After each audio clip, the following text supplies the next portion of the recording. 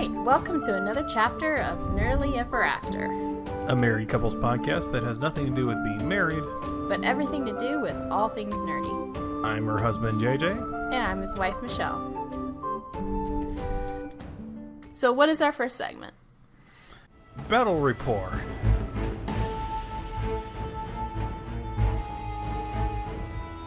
Recently we finished a Siege event at our local game shop. And it went pretty well. Had a lot of fun meeting a couple new folks. We got the Siege rules. I unfortunately don't quite know them as well as I thought I did. Mostly having to do with combat up on the castle itself. Because I didn't think we would get to that part. And then one of the people we were playing with had he was playing Kingdoms of Men and had a flying general just sort of fly on top of the castle and start fighting. And I'm not quite sure what we should do here. So we kind of fudged it, and I'll have it ready for next time we give it a try. Definitely. Yeah, it was fun. Because basically you got that castle from Ironheart Artisans, right? The one you built? Yeah. And very good quality. Yeah, and that was like their bottom of the line, because I had no idea if we had bought some bases from them, but we hadn't really tried out anything else. And I think they had like the super ultimate versions over at Siege of Augusta. And I was like, look at that. And it's like, it's over $200 just for the thing. It's like, I don't know if we're actually going to be able to play this. I have no idea if this is going to be good quality. So I just got the bottom line, I could actually do some stuff with.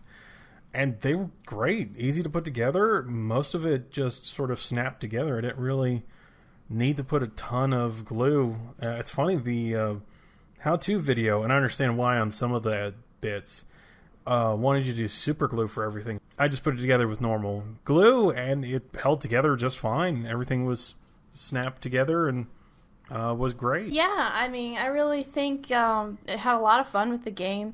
We never had tried Siege before, and we really were interested in it because it just seemed really cool to take down a castle, with the Kings of War. And we've only played like a few times, so we're still kind of learning the rules and everything. But it was fun to meet new people and get them interested in Kings of War. It was great. And after, we split up into two teams, we got to be the defenders, and unfortunately the castle was sacked. Yeah. Mostly because our lists were just like, what's some random stuff we can throw together? Okay, this. And the other two guys we were playing really made some good lists, and we're just like, I don't know what I'm doing, and you guys have actually practiced with these things. Yeah, because we did like 1,000 points per person. Yeah. And if you don't build your list well, 1,000 points, it can be hard to do. Yeah. And if you have like a monster in there, you might not have enough room for anything else, and you're gonna run out of guys pretty quick. So yeah, I think I had a couple mummies and was it Empire of Dust, so I had a couple mummies, and I threw in the Idol of Showback, and I'm just like, I don't have enough dudes to actually do anything. And then we tried out the secret tunnels. And that was funny. Yeah, your unit that was in there. Oh, yeah, fine. It just got out. The entire game, I could not roll above a 3. Nope. To get the guy out of the tunnel. So we had this whole thing. It's like, oh yeah, he's lost down there. He's playing they're playing some cards. Maybe they're having their own dungeon crawling adventure. Who knows? But they're not coming out. No, and then he finally turned 6. Which made it to where they couldn't do a bloody thing. They finally came out of the tunnel, which just like, it's like you finally come out, and it's like it's all over. Yeah. It's like, great job. Good job, little guys. They're just waving. Like, hey, we made it. Oh. But I did find out at the event that I really do like the surge ability that you have with the tree herder and the forest shamblers, because I really hadn't tried those before. I've been playing the elf army. Yeah, you hadn't said what's the That's right. Yeah, I hadn't really mentioned before what I played. But yeah, I've been playing the elf army, and that was the first time I got to try a tree herder and forest shamblers. And, they don't have the elite ability like the rest of the elves, but you can just give like the tree herder blessing of the gods, and you're good to go for that. But they're good, good chaff. They go up there and beat things up, and you can surge them up because they do have shambling. So, but yeah, it was kind of cool to experiment with that, and I definitely want to adjust my list now to include the Tree Herder and Shamblers because I liked how they played. Yeah, well, a lot of fun. And then what was the other guy? We had one person playing Kingdoms of Men. Yeah. The other person was playing another elf list. Yeah, he had really pretty models too. Yeah, really good painter. If you're ever on Georgia Kings of War, I think he might have had a Tree Herder he put up there, but it's a GW.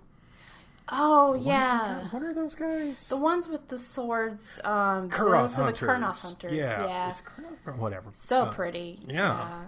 And then he also had the ones on the deer. The ones that I thought about getting one time. Oh, yeah. But they're just so expensive. They're so pretty, though. Yeah. Like, actually seeing them in person, I was like, wow, those look really pretty. And they're deer. They're cute. Yeah, it's awesome. Games Workshop has some pretty models, just price tag sometimes. Yeah. Playing with teams for the Siege, we actually discovered how much we liked playing teams. Yes. Because I'm back with Sigmar and a few other things we try and play. Oh, I guess we should have mentioned that. We used to play Age of Sigmar a lot. Yeah. And then sort of found Kings of War, got into it, and don't play Age of Sigmar anymore. It plays, for me, we both agree that Kings of War, for us, we like the way it plays better. Yeah. Is a lot of it. And also, we've met a lot of nice people, Kings of War. That's probably been the biggest thing. Well, playing Sigmar, you had some people who were like, oh, yeah, you're fairly nice, but would never want to hang out and grab a beer afterwards. Yeah. It seems like about 99%, and that 1% is probably people we haven't met yet. Would love to, go grab a beer, talk about something. Everybody loves playing Kings of War and doing stuff. Yep. But it's not the only thing we do. It's exactly. I love Kings of War, I love doing this, but, It's like, what do you do for a living? Yeah. How's the... wife and kids, you kind of just talk about things, and, it's just so nice to actually be able to hang out with people afterwards and chill and just talk about the game, frustrations. And, yeah, it's great. And the fact everybody will talk about how to build a list and give you ideas. That's awesome. Well, it won't, It's a huge learning community. Yeah, which is very different. It seemed like Sigmar, everybody wanted to keep, what they were doing secret so you could get one up on somebody. And it's just like, oh, okay, great. Because I'm not going to learn anything when people keep doing that. It's like, I want to learn. I want to develop a better strategy. And the only way you're going to be doing that is, bouncing off ideas with people and comparing lists and say, oh, what's your experience with this army? What's a good list for this? And it really helps. Yeah. Oh, so back from our digression.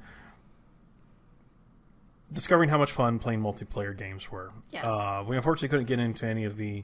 we might be going to one later this year. Living Legends is a team-based tournament. There's also Blue City Brawl, which is another team-based tournament. We thought it's kind of funny Kings of War doesn't have any official rules. So what I'd like to do over the next few months, because I know the next Clash of Kings is going to come out sometime late this year or maybe beginning of next. We'd like to play test multiplayer rules, like official, okay, this is what happens with this, blah, blah, blah, and see if we couldn't submit them. And then also using those rules in a little one-day tournament at our local game shop, maybe in the next few months. And then, we'd report back on it and see how it goes. So over the next few months, every time we meet up at our game shop for Kings of War, we're going to be, at least one game is going to be testing out these new rules that are to be determined. I've got some ideas, but probably next episode I'll kind of relay them. Yep. But no, that's been a big thing. It's like getting that ready. I think it's going to be a lot of fun. The game shop seems to be gung-ho about having more folks in there because, more folks playing a game, more folks buying stuff, so... Yeah, I was noticing that, because I went back to get some Night Stalkers, because I'm thinking about trying them out, just to have a nice change from the elves so I don't get bored. And, man, I'm glad I got them when I did, because people are starting to actually buy them. So it helped the shop, which is awesome. Yeah. Oh. Yeah, speaking of that, we've been trying out some new armies on Universal Battle, and Night Stalkers versus Basileia is sort of mean. Yeah. I didn't quite realize this when I chose Night Stalkers, because I mainly chose them because they're pretty. And also have a bunch of Zeech armies back when I played Sigmar, and I was like, perfect, I can work these in, and it'll be great. And then I learned to have this ability called Mind Thirst. And I was like, what does Mind Thirst do? It basically takes away either inspiring or very inspiring from your enemy, and it becomes yours. And I'm just like, wait, what? So I don't have to worry about inspiring people? Like, that's just, wow. You just use the other guys inspiring. And my list that I had made for Basileia was about, I think almost all of it. No, I had the new Panthers. My entire army inspired, so she just got to sit there and steal my inspiring from my entire or not stealing, but use the inspiring from the entire army. Yeah. And I swear I kept breaking it. I put something like 15, 20 wounds on a unit. Rolled once to break it. Like, okay, Mind Thirst, so I've got to roll it again. Double ones at least 2 or 3 times the first match, just trying them out. And I'm just like, oh, well, it's great. Yeah, that was the funniest thing. Your nerve rolls were awful in that game. Yeah, like, you kept getting double ones over and over again. Just like, I couldn't believe it. What was it? Your big... they're big giant. I'm going to be playing my Magnus the Red model for this character. But he is the big giant that's in the Night Stalker army. Yeah. Shadow Hulk. That's what he is. There we go. Yeah. What, I put like 20, almost 30 wounds on him and doubled one him. Yeah. And just like, oh, great. He would not die. And I thought he was going to die like that first round. Mm-hmm. But, that's the thing about Kings of War. You never know what's going to happen. It's, in Sigmar, it's like, yeah, you're dead. There's no way to recover. But, this way it's like, oh, if they get double ones, it don't matter how many wounds you got on you. You're alive. I don't understand if there's, because I've seen them on the board sometimes. People just like, oh, I hate double ones. It adds randomness to it. It's like, but it's bloody fun. I find that fun. Yeah. It makes it to where you have a chance, maybe you don't have anybody that heals, but you can at least get one last hit in before they do probably kill you in the next round. Yeah. But it makes it more balanced and fun and more fair, I feel. And it's fun, and it works the other way around, too. Even if you put just a wound on a guy, you roll double sixes, oh, they're wavered, now they're stuck there for a turn. Yep. And it makes all the difference. No, it's a really fun part of the game. Yeah. But, yeah, no, so I'm trying out Basileia. Mostly Elohai, Erlohai, and Panthers. Along with like a Phoenix or 2 for backup. I liked how how fast, because I've been playing Empire Dust and everything's fairly slow. You can search things to get them where you need to go, but just everything having 10 movement is so nice. Yeah, because you got to a point where it's like, oh, I bounce back. It's like, and run away, fly across the battlefield as fast as I can. I will say that is my one complaint so far about the Night Stalkers, is they are slower than my elves. Yeah. But, I mean, you can't have everything. It is nice not having to worry about inspiring. And, it's cool to kind of play something evil once in a while, so. Mm-hmm. Which is normally with the armies you play. I play, like, the good guys usually, or the... Normally, yeah, it's kind of funny. Like, the elves, I think I liked them so much because I was surprised how well they were doing in this game. Because I'm so used to elves just being bad. And this game, no, that's not necessarily so. In fact, they're probably one of the best armies because of that elite skill. I think it's the... most games go with the D&D or, in Warhammer's case, Warhammer elves. These elves are very Tolkien. They are the best of the best. This is Legolas walking on snow. God, that is still the silliest part. Surfing down a shield while shooting 3 guys in the head. Yes. Kind of elves. Yeah, I like them. Hey, I really like, having the elves and also the Night Stalkers are a nice change. I might try something else in the long run too, but right now, these 2 armies I'm going to focus on. And yeah, I mean, got more minis to put together and paint, so that's always a good thing. Yeah. Well, it's funny, you've got your, full Mantic army now with your Night Stalkers. I'm still, as soon as they put out a full army for that, what are they called? Not the Night's Watch. Northern Alliance, where it's those look cool. The Huskarls are my favorite models that I've seen, where it's the big bearded guy, and the fact their basic infantry is dwarves. Like, please come out with a full army list. Yes. Like, I want to make these. And then the Ice Queen's really cool too. Yes. And then that whole they need to hurry up and come out with a list. I mean, how dare they not? Yeah. Because, I mean, it's got big Huskarl dudes that are awesome looking, kind of look like ogres. You have half-elf berserkers? Yeah. Huh. That's one of the really weird little choices is. It's a half-elf lady with woad tattoos who's a big berserker. It's like, wow, that's really different. Yeah. And then the weird mammoth beast thing that the guy's riding around on is kind of cool. No, yeah, as soon as they come out, that one looks really cool. Ophidia, I think, is another one they're coming out. It's a good aligned undead army. Huh, I haven't heard of that one, actually. Yeah, well, they haven't. The only model they have so far is this guy named Blaine that you can add to an undead army. Oh, Blaine! I've seen that on the list, at the bottom. Oh, no, not Blaine. Blaine is the... Oh, God. You'll pardon us, we're still a little new. Not Blaine, Jarvis. Jarvis is the guy. You can add him to an undead army and make it an undead army good aligned. Oh, cool. Blaine, I still don't... Blaine's a weird little character. I haven't looked up exactly what the heck he is, but he's also in their sci-fi games. Really? So maybe he's in more... I don't know. I think it's like a running gag, maybe? It could be, yeah. I don't think I've ever seen him... At least down where we are, an army running Blaine, which now actually makes me want to run Blaine. I haven't seen that either. Yeah, I've never tried him myself. I know I see him on the list as a possibility. Yeah. I never even looked at what he does. He has everything. Really? And the model for him looks like a predator from the Predator movie, sort of. Weird. Yeah, and he can really go on like a raptor and nonsense. He looks kind of interesting. Have to look into that. Yeah. Well, I've already tried Ronaldo the Bard.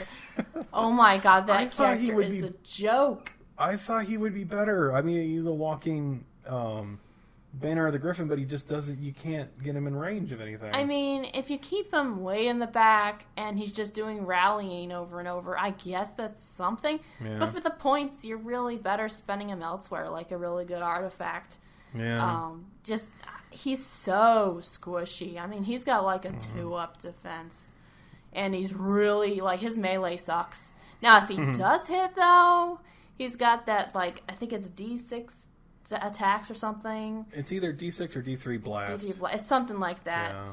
So, and that's kind of nice. But I never could get him to hit. And he just died every time I played him. Yeah, I think he's there's also an evil sort of Ronaldo called Funny Bone. Oh, yeah, I think I saw that recently. I didn't look at what it did, but I saw it in the list. Aura of dread, like a dread aura, so they get -1 to their route and whatnot. Okay. Yeah, it looked interesting. I haven't had 50 points left over to be able to try him. Gotcha. I think he's 50. But no, that's... I mean, do we have anything else from the list we've been building? I mean, for an elf army, I will say one thing. Always have the Green Lady. Yeah. Just because her healing is amazing. Having the heal 8 is great. And if you want to have even more healing, I recommend getting, a mage and then giving them Shroud of the Saint. Because then that gives you another heal 6. Because I had basically a mage and the Green Lady next to one of my important guys attacking, and I just kept healing them, and it was really hard for my opponent to take them down. Eventually they just got so mad they flew in and got my Green Lady. But yeah, that's the only downside is she can't attack, so if she gets attacked she's probably going to be gone unless you get her out of the way. But well, the funny thing is, if you have someone like an idea, if you had her backed up because she's at 6 up in defense, you just put her out there, just like and roadblock. Yeah, and she does have that. If you do choose, they're like 10 points. You can give her up to like 2 saber-toothed pussycats. Mm-hmm. Those help a lot too. It's a nice shooting attack she can do. And man, it's because it keeps attacking until it basically dies or you no longer roll any more wounds. And that is nice because I've done a lot of damage with those cats. Yeah. You sit there and you just tear through an entire unit because you're just like, oh, elite. Oh, reroll a 1. All right, doing at least 2 wounds. Did 2 more. 2 more. 2 more. 2 more. 2 more. 1 more. And you're dead. Yeah. Darn it. But yeah, I mean, that's pretty much all I have. Okay, well, yeah, maybe next episode we'll go over we'll come back and go over our list that we're trying out for our next tournament in a few months. Yeah, definitely, because I'm still doing some tweaking. You know, I still haven't decided, what I'm going to do, Night Stalkers or Elves in which tournament. Yeah. So once I get that decided, we can kind of go over it. And my biggest thing is what I can get painted. Yeah, that's the thing. For my Empire of Dust, I only need to paint up a Soul Snare. Yeah. Which I think I could do before that tournament. But archers. Yeah. Which wouldn't be too hard. So yeah, for me it's a lot of paint. But you know what? We'll save that for next segment. We gave you hints of what we've got for lists, but we'll tell y'all the full list next episode. Yeah. Yeah. We gotta say something for get y'all coming back. Hopefully. So next segment. All right. One of our favorite things.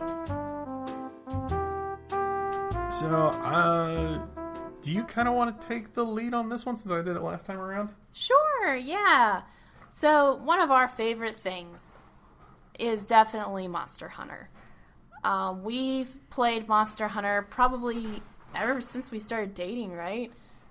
Well, yeah, we have. I hadn't even thought about that. That's been... Yeah, because you had it on the 3DS, and you're the reason that I got a 3DS and threw Monster Hunter on there. Because I had Generations on there. Yeah. Oh my gosh, Generations is great. Is one reason I might get a Switch eventually, because they've now got it on the Switch. Yeah. And I love Malfestio, because he's a blue owl. I mean, who doesn't love an owl that's blue, especially if you love owls? But by the way, Michelle's favorite animal is an owl, and favorite color is blue. Yes. As I'm looking over her desk, there are 4 owls of varying sizes, 4 of which I have bought her over the years, and just probably going to increase the collection. Yeah. Excuse me, and I forgot Terry. Oh, we can't forget Terry. Yes. Terry is a owlbear dice bag we had picked up. We were going up to Illinois for... Actually, it was back when we played Sigmar. We were going up to Illinois to play in a tournament, and on the... It was like the discount table. Yeah. They had like 3 or 4 of these owlbear dice bags. They don't look great, but they look very silly. Yes. So we had developed, over the long drive, we had developed this character, Terry the owlbear, that is the dice bag. And he forgets his dice a lot. Yes. So we talk like this, and this Terry. So it was a very long trip, and... We had just, got this running joke that anytime you don't bring your dice to, a tabletop game, you just start to talk like Terry, and you go... I didn't bring my dice. It just, for some reason at the time, was so funny. And when you're sitting in the car, for 9 a lot hours. of things can be funny. So, yeah, nothing like a 9-hour drive to make anything funny. Yeah. So back to Monster Hunter. Yeah, back to Monster Hunter. But yes, Malfestio is my favorite monster in that game. And basically, when I play Monster Hunter, I've always played the bowgun character, and JJ, you've always played the gun lance character. Yes, because it works perfectly. Yeah, that's the funniest thing is that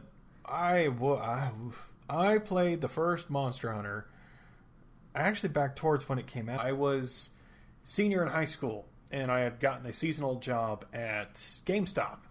And one of the perks of working at GameStop is that you get to pick out, or at the time, was you got to take home any game you wanted for free, provided you bring it back, obviously. So I played the crap out of Monster Hunter, and then I got a PSP. That I got the mobile, not the mobile. Then I got a PSP that I got some of the Freedom and Frontier ones that I played with a buddy of Tom's and mine, or at least tried to, because it was back before the world of internet being like easy to use. Oh gosh, yeah. So you had to do like 2 or 3 workarounds, so that way you didn't have to connect the PSP through a link cable to the other one. You could actually use it over the internet, and you had to do all this nonsense to it. So I think I got it working once or twice. And then finally, I think I had kind of forgotten about it until we started dating, and then it's like, oh yeah, I love this game. I hadn't played it in forever. And, picking through all the weapons, like, this one, looking at the gun lance, I can't be hurt if I have my shield up. I like this one, because I'm usually not, when I'm playing these like fighting games when I'm playing games like this, it's more important for me to be the guy. Like, I'm not the best at dodging out of the way. I have much more fun just taking the hit, being the tank, and playing the game that way. Because for me, it's more fun. It's like dodging out of the way. I'm now in a position I can't do anything, but I can sit there and have a big giant shield out and take all the damage and go, haha, monster, you didn't kill me. Yeah. So. And me, I'm just like, dodge, because I'm a Zelda player. Yeah. And that is how I play games most of the time, is I'm going to dodge and shoot you with a bow or some kind of range weapon, and then let him take care of all the melee stuff and be a distraction while I keep just shooting you. And it's so much fun. And actually, when I started playing with you, you finally beat Jerkbird. Oh, good lord. Yes, there is this one monster. Okay, to explain it, it is a giant bird monster. We named it Jerkbird. But it hits you, poisons you, and then steals items away. Yeah. Every time it hits you. And I just I could not beat this thing over and over, because what it would do, it was one of the few monsters that could attack me over top of my shield. So I couldn't sit there and, do my normal tanky. If I sit there with my shield out, I wait for you to hit, it bounces, I poke you to death, or shoot you to death, because it's a gun lance, so it's also a gun. But yeah, Gypsaros was the name of Jerkbird. If anyone wants to know, that's Gypsaros. And yeah, being able to shoot him really helped, and we finally beat him. Yeah. And it's just like, I think he said, wow, I've never beat him before. No, because he was in some of the earlier games, because I think I got to him and I stopped playing. And I can see why. He's just like, I can't do anything. But yeah, honestly, I've played since, I'd say, Generations, and also, what was it, the Ultimate one? 3 Ultimate? Yeah. On the Wii U we played? Whatever. Yeah.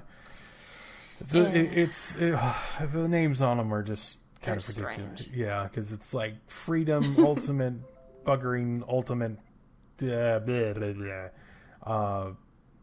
Because, I don't know. Yeah. But yeah, honestly, we also are still playing it. We've been playing Monster Hunter World. We played that on the PS4 first. Mm-hmm. And actually we got a second PS4. Yeah. And then we just found that, we don't like being separate, like in separate rooms. And the way our house was built, it's easier for us to do multiplayer on our computers, because we're in the house together in the same room. We don't want yelling at each other to strategize for a game, across the room. So we returned the PS4 version and got the PC version, because it finally got down to a good price on Steam. Mm-hmm. And it's one of those games that we'll play for a while, we put it down for a while, and then play it again. It's a nice one to just always have around, because you do have to, be in a certain mood to play it. because it is intense. And the monsters, if you've never played Monster Hunter before, they get really hard. And to the point where it can be like rage quitting hard sometimes. But that's a lot of the fun of it. And the nice thing about World is that we can play together, but if it gets to be too hard, we can also like do like an SOS and have random people from the web help us, which can be a bad thing because they can mess up your game if they're not very good at it. Yeah. But yeah, I digress. It's a great game. I enjoy Monster Hunter. I think definitely will get the one on the Switch eventually, but right now I'm still waiting for more games on the Switch because there's not really enough. I mean, yes, there's Zelda. Yes, I want Zelda, but you know, I kind of want to have more games besides Zelda. You know, like there's also an Animal Crossing coming out, and there's, you know, we got that Daemon X Machina coming out. Yes, because probably be another segment will be Armored Core that we do later on, which is probably one of my favorite video games ever, because I like giant stompy robots, and it's a whole game about giant stompy robots, and you get to customize the heck out of them. Yes. Well, since we're talking about video games, why don't we move on to our next segment here? Controllers and keyboards. All right. So, you know, we've been kind of playing mostly PC games lately. What I've been playing while JJ's been playing his game is I've been playing World of Final Fantasy. And I've always liked Final Fantasy, and it's kind of funny because the first Final Fantasy game I ever played was Final Fantasy VIII, which is the one everyone hates. But I remember loving it so much when I got it, just because at that time I was like, wow, the cutscenes are so beautiful, and it's such a nice love story. And Squall is so hilarious, even though he's just a total whiny bitch, but it's okay. But yeah, I loved that game. I own it still, and I've been meaning to play it again, you know, to get through it again, but I just kind of, you know, have it there when I get bored. But right now, I'm playing World of Final Fantasy, which, oh my gosh, like, I love Final Fantasy VIII, but this might be better because it's got chibi characters, and they're so cute. And it's, so far, I'm pretty happy with it. It's kind of like Pokemon because you're catching mirages, and then you get to stack them on top of your head to get more HP when you're battling. It's so silly. But that's why I love it, because, you know, I really like silly, fun games sometimes, and it's also got chibi anime characters. What's not to love about that? So. Yeah, I think I've been playing kind of the polar opposite. I picked up the Warhammer 40k Mechanicus game. It's a real-time skirmish game using tech priests. You also get some... Oh, what are they called? Some of the other people from the new Adeptus Mechanicus faction that 40k's been using. And it's pretty fun. I will admit, I'm kind of... I assume halfway through the game, there's a whole mechanic where you basically go till a percentage is all the way filled up, I assume, and I'm at like 50 or 60% on it. And it's, you know, it's pretty fun, but unfortunately I got to a point where it seemed like I picked the best strategy, because I would sit there and every turn I'd be regenerating health and doing all this stuff. So all the missions became super easy. He broke the game. Yeah, apparently. And I was like, oh, well. And I mean, it didn't seem like I was breaking the game. I was just picking like, oh, okay, this ability lets you regenerate health every time it happens. This ability lets you, every time you take a hit, you generate command points, and the command points allow you to summon more troops or be able to use certain types of guns. And I was like, oh, okay. And then there are certain guns that don't require you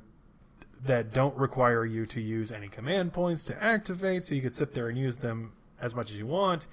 And then I found out you can basically equip as many as you want to as many gun slots as you can. It's like, well, then I'm going to have like 2 or 3 of these things, so I could sit there, even though it's not great damage. I've got 4 shots that I can shoot into a guy. Whoa. That don't count against my command points, so I can sit there and do them all day. Wow. Because I was having trouble actually having enough command points to do anything. And then I started really looking at what everything did, and found like, oh wait, there are guns that don't require any command points. Okay, so I'll take some of those. It's like, oh, and then I move it over, and then I accidentally pick it up again, and I move it to the next slot, and it locks into place, and I'm going, oh, wait, so I could just put as many of those as I want? So then I decked them all out in all of these guns, which, sometimes you run into an enemy that has a bunch of armor on it, and you can't get through.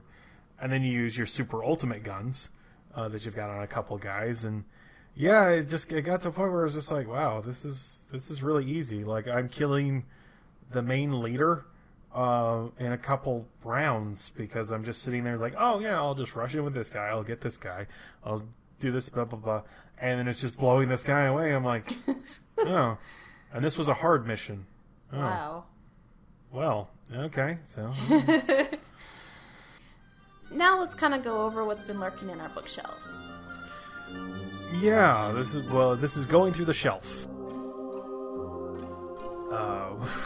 We both love to go to used bookshops and get books. Yes. And unfortunately, I've gotten in a bad habit where I've been getting, and I think a lot of people who go to used bookshops have this bad habit of, I will get something and then turn it back in a few months, rather than actually reading the bloody thing that I got. Yes.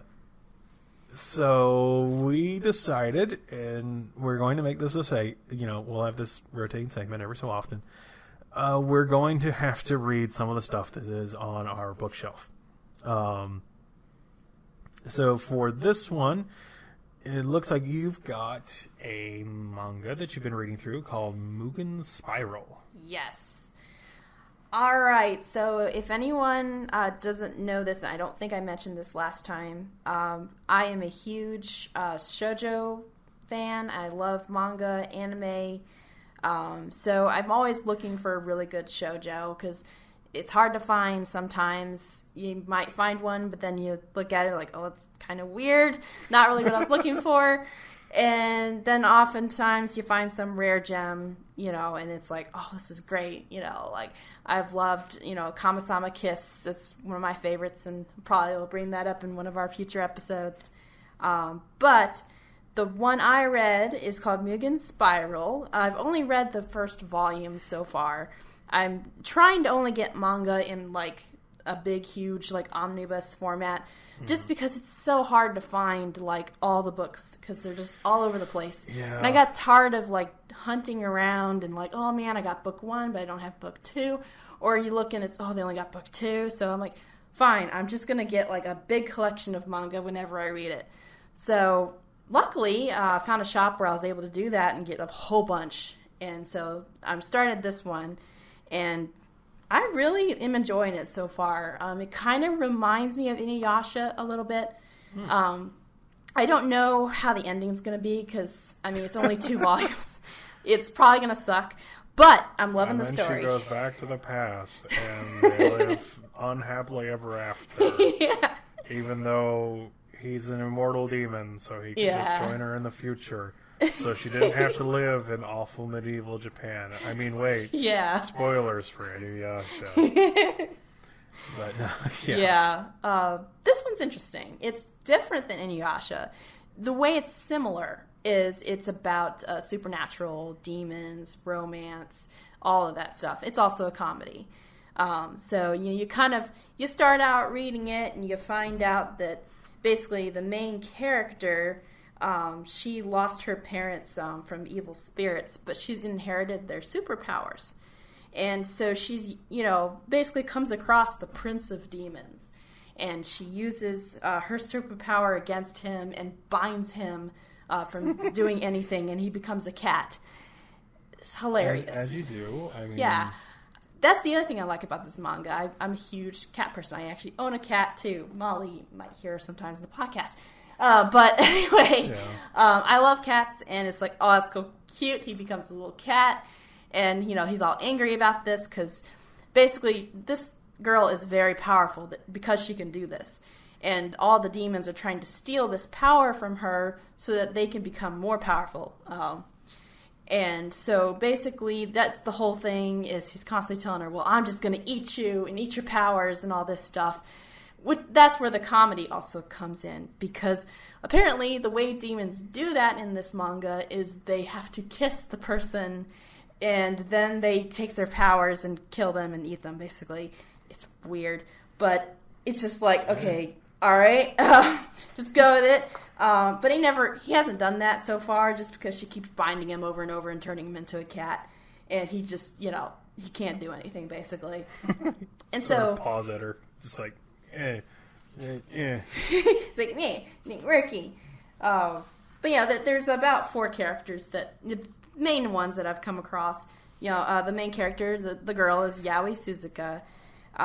But yeah, she basically, she complains about, Yura's relentless, teasing, basically the one she keeps turning into a cat. But she really does appreciate, his company and, being near her. And Yura, he, is the powerful demon prince, but he's always causing trouble. And, he's trying to get his rightful place on the throne. And as you do. As you do, He's got a self-proclaimed lover called Hakio. This is a guy who is a pampered and spoiled demon to search for Yura. And now he won't leave his side, and he thinks that Yaoi, the girl, is just a nuisance. But, he's kind to her as well, So you almost kind of have a love triangle going on, sort of, but not really, because it's kind of a joke that he's his lover, so you're not really sure if he really is. Anyway, but moving on, you also have another character. This is kind of like the main antagonist, Auga. He is the younger brother of the demon prince, and he's got an inferiority complex, and he's always lived in the shadow of his older brother, and he's always wanted to get accepted, and he's trying to get as much power as possible. He kills their father, and, basically he becomes a threat to himself, everyone around him, and he's really insane. But yeah, that's kind of how the first volume ends, is you get to find out about him, and they have this big battle, and then he's gone, he disappears, but I don't think he's dead, but he probably will return later. But yeah, I'm enjoying it. It's, it's a good manga for, it's about what I expected so far. But there doesn't seem to be an anime with it. I've looked and, just the manga. If there was, I would definitely be watching it and comparing to the book. I do very much like it, for sure. I have nothing to add. At least on that one. I am not a huge... Well, no, I'm not a huge anime person. I like animation in general, but I'm afraid a lot of the manga stuff... I probably like American comics a little more, especially DC Comics, which we'll probably have in a future episode. We'll dedicate some stuff to. So it's really interesting to hear all the weird, just all the stuff she's reading. Yeah. Okay, hon. That sounds great. I could just, watch anime just because it's anime. It may not be a good anime, but it's just I enjoy anime so much that I will give it a try. Mm-hmm. And there was another one I had watched, it was just so bad. But I just I'm going to watch the whole thing. It was so bad. But, it's just fun.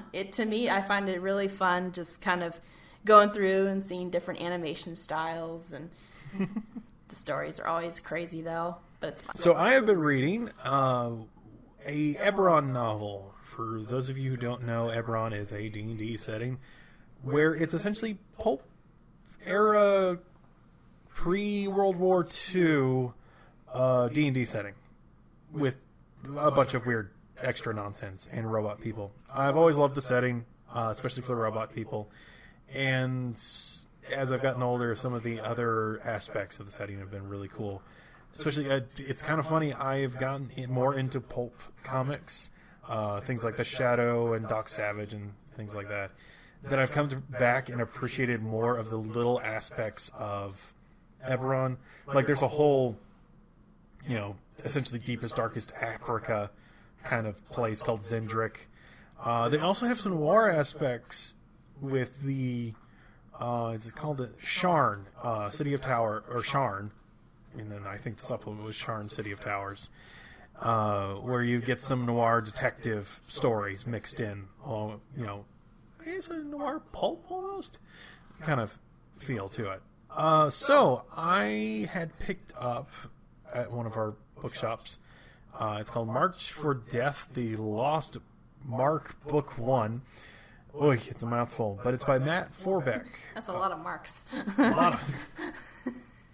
Oh, hi, Mark.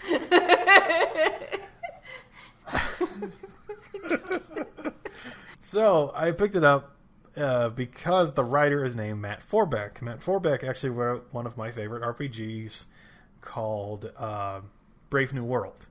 It's a weird little superhero RPG where supers kind of slightly change little bits of history.